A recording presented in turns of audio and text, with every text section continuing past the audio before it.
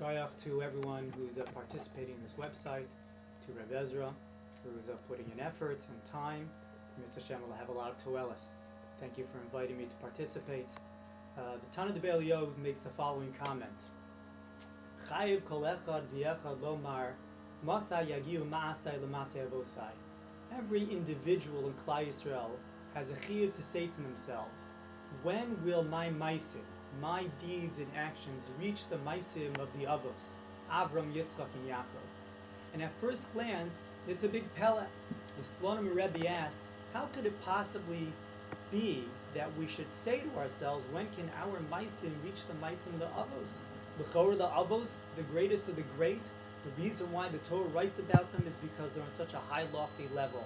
We couldn't possibly envision reaching that kind of a level.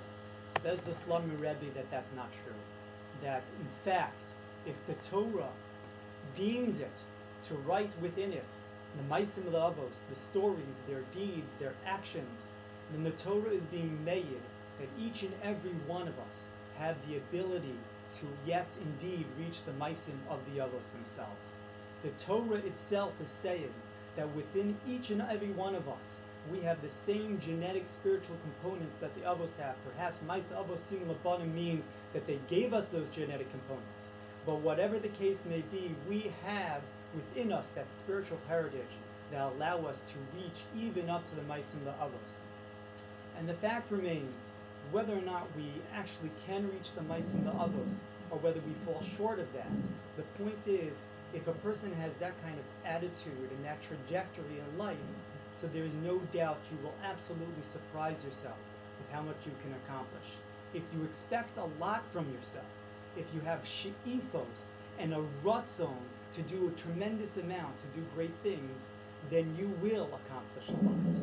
And of course, if you expect little from yourself, then it will be not surprising that you won't accomplish a lot. And this really speaks to this point. A person needs to set their sights high, needs to have good, high goals, even if the goals won't all be attained. But setting those goals to be high will push you to accomplish more.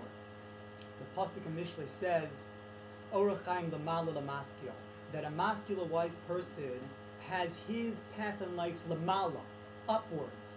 Says the Gra that Adam nikra holech, a person is a holech. A person is on the move, always constantly moving in one direction or another, from darga to darga, from madrega to madrega.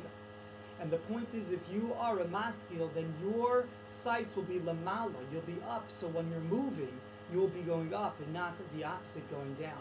Says Rechaim Verlozhner, people sometimes have the mistaken notion that they can just maintain a status quo. I don't want to be a gadol, I'm not a gadol, and I don't want to be a nobody.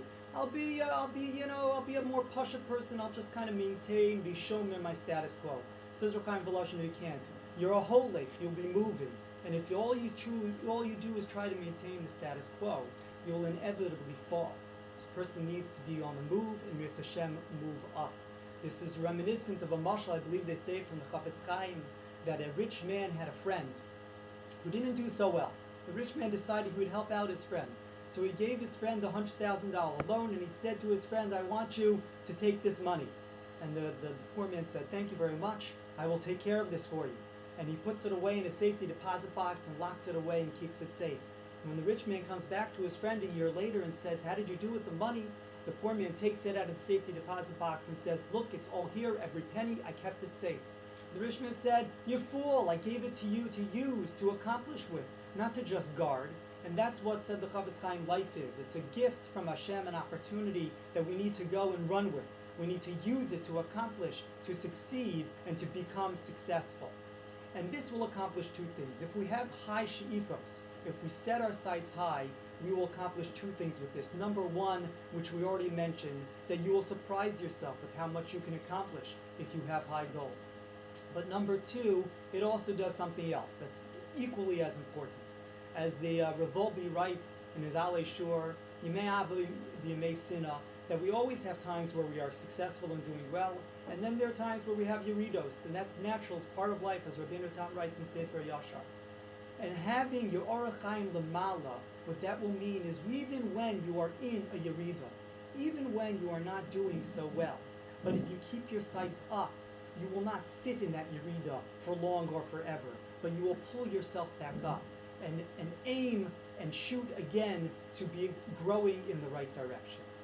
If a person falls into a pit and only keeps their face down, so it's very hard to see how to get out.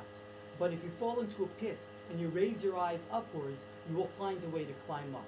And certainly if someone reaches their hand down to raise you up, you will see that hand and you will be able to reach it and pull yourself up with his help.